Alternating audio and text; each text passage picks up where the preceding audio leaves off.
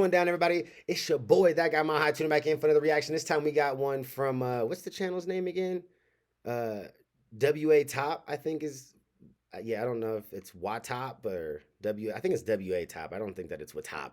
But anyways, this one's called Never Give a Shark or Water to a Shark. I saw the thumbnail, the title, and I was just like, interesting.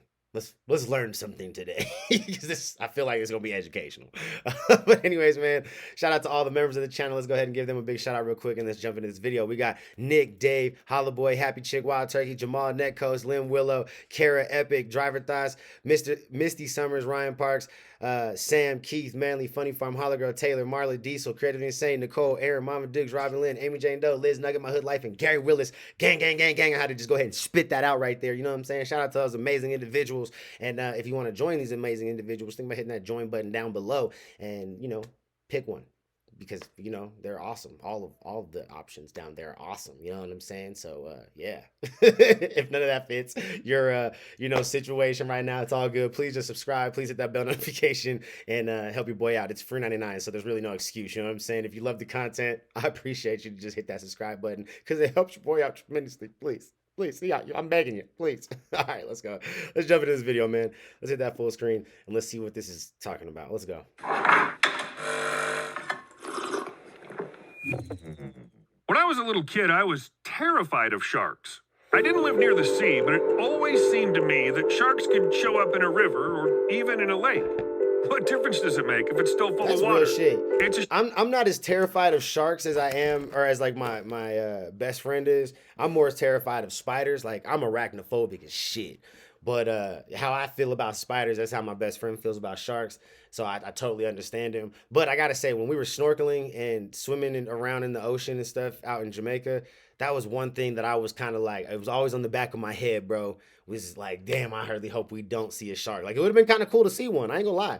But I really didn't want to see one for real. You know what I'm saying? Not for real, for real. Anyways. No one explained to me back then that sharks explode when they're in fresh water. What? Of course, it doesn't happen all the time. There are species that can live in rivers. Yeah, like bull But most sharks. sharks simply have to retain a certain amount of salt in their bodies. Take at least the great white shark, the most fearsome marine predator. If it suddenly decided to swim from the sea up the river, the higher salinity level of the shark's body compared to the surroundings would result in bloating.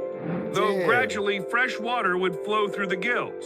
The shark would start losing salt. It's quite possible that this would cause it to expand until it exploded. Dang. Whoa, that's crazy. Like I know that you can't keep sharks in like aquariums. Well, like great white sharks. Let me take that back. We can keep sharks in aquariums. People do keep sharks. Hold up.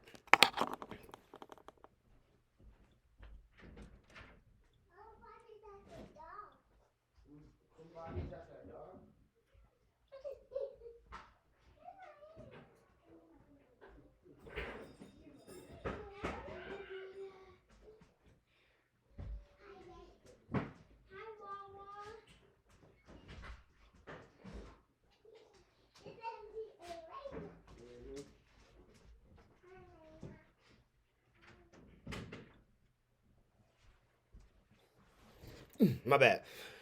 Wifey and the kids just got home. But like I was about to say, I know you can't keep you can keep sharks in captivity because we do keep certain sharks and certain species of sharks in captivity. But great whites specifically, they just don't like it. They seem to die. So we do know that. But I didn't realize that if they decided to just swim in, up the river, they would just expand until they potentially like exploded. Like that would be nuts to see. Like that's crazy. Weird. To see how it works, you need to understand what happens to the body cells in the salt water. The process that keeps the concentration of salt in fish cells at a comfortable level is called osmosis. Essentially, water goes into the cells and back. Freshwater fish, such as goldfish, are saltier than their surroundings. Osmosis causes the surrounding water to enter their bodies through their gills and skin.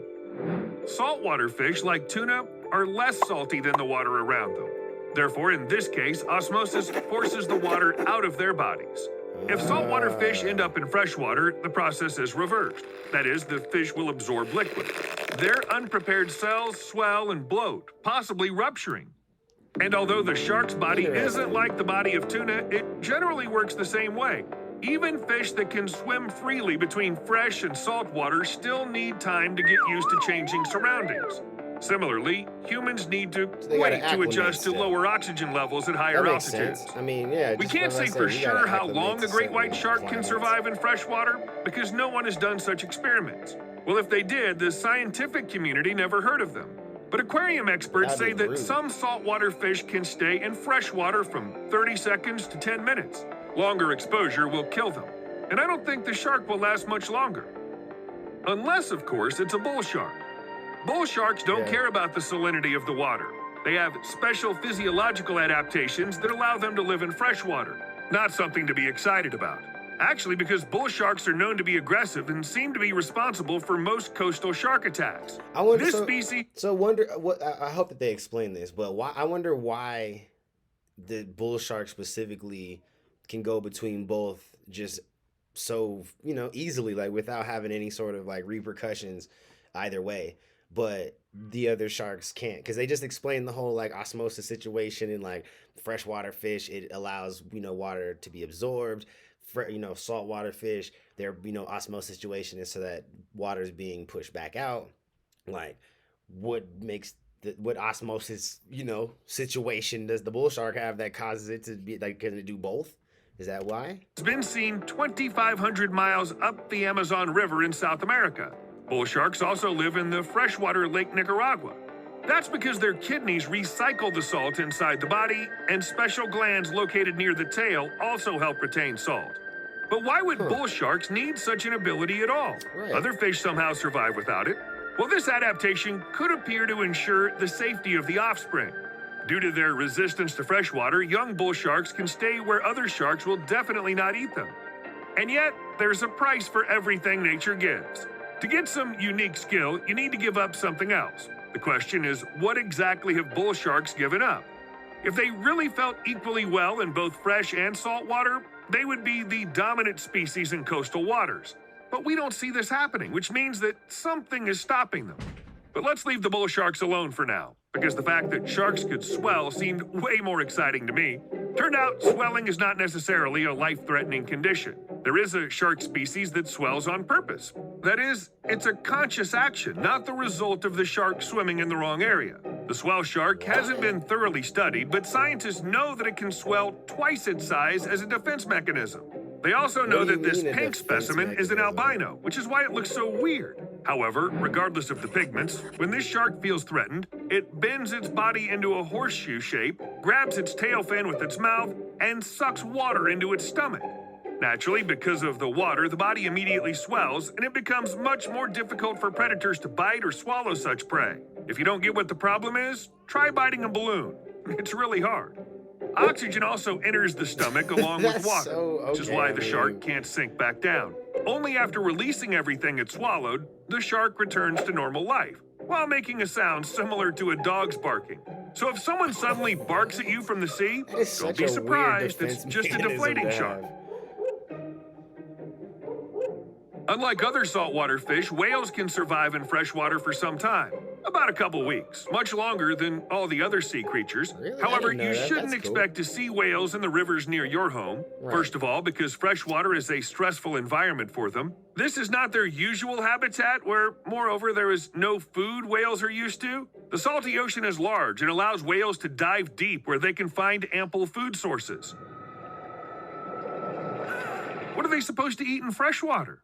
But the ocean is not only a source of food. The water there has special properties. The researchers noted that the usually smooth and shiny skin of whales became irregular in freshwater. And the longer the whale stays in the unusual environment, the worse things get.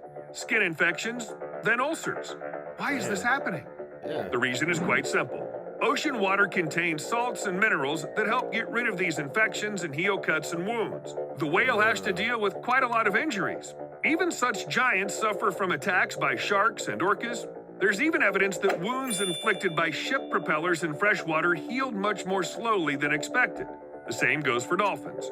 Researchers have records saying that bottlenose dolphins living in fresher water, such as Florida's Indian River Lagoon, are more likely to develop skin diseases. That's But the most unexpected effect the sea salt has is on the hearing of whales. Whales use sonar systems that bounce high-frequency sound waves Oh, from they need objects the in the salt. water. Well, you know how it works. Sound waves are reflected back to the whale if they hit something big enough, and the whale knows where that object is. The salt in the water helps the whales hear more clearly, which means that in fresh water, they don't navigate in space that well. Yep, I was just gonna The say the whales are salt helps the really sonar. lucky they can deal with That's fresh crazy. water. It's like one of those things where, like, like, obviously saltwater fish should stay in saltwater, freshwater fish should stay in freshwater for the most part, right? Like, that's just it's logic, makes sense. But to actually understand why is a little bit like, it's like, huh, so that's why you gotta, you know what I'm saying? Like, In any case, makes they're sense. All luckier right, than fair some enough. jellyfish. It's cool to just Well, kind it's of know hard to the expect reasoning impressive behind tenacity why. from a creature that looks like jelly. Jellyfish are 95% water, and their cells contain the same amount of various solutes as the seawater around them. Remember how osmosis works for creatures living in salt water?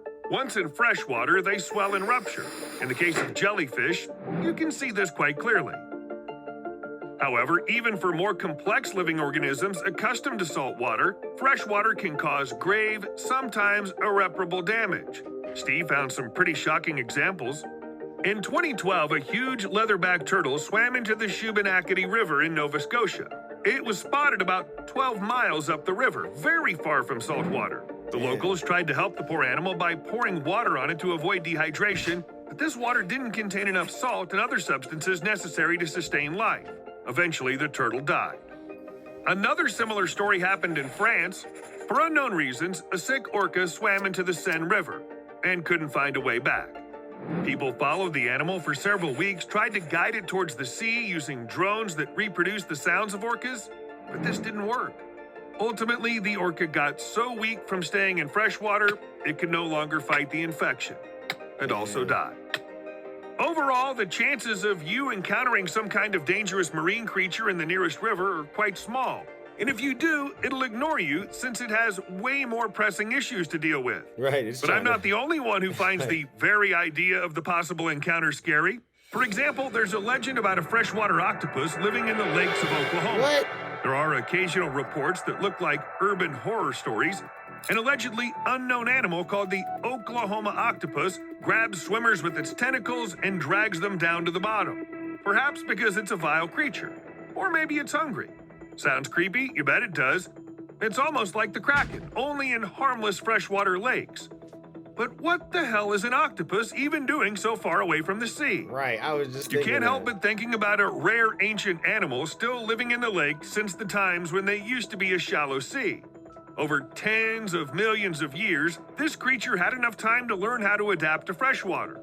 Though it's much more likely that this is just another horror story like those about Chupacabra or the Loch Ness Monster. I was First, just in order thinking to that fully too. adapt to life in freshwater, an animal must change its physiology completely, or rather, fundamentally. Not a single octopus, even the most ancient, can do something like this. And second, these are artificial lakes created by people in the 20th century.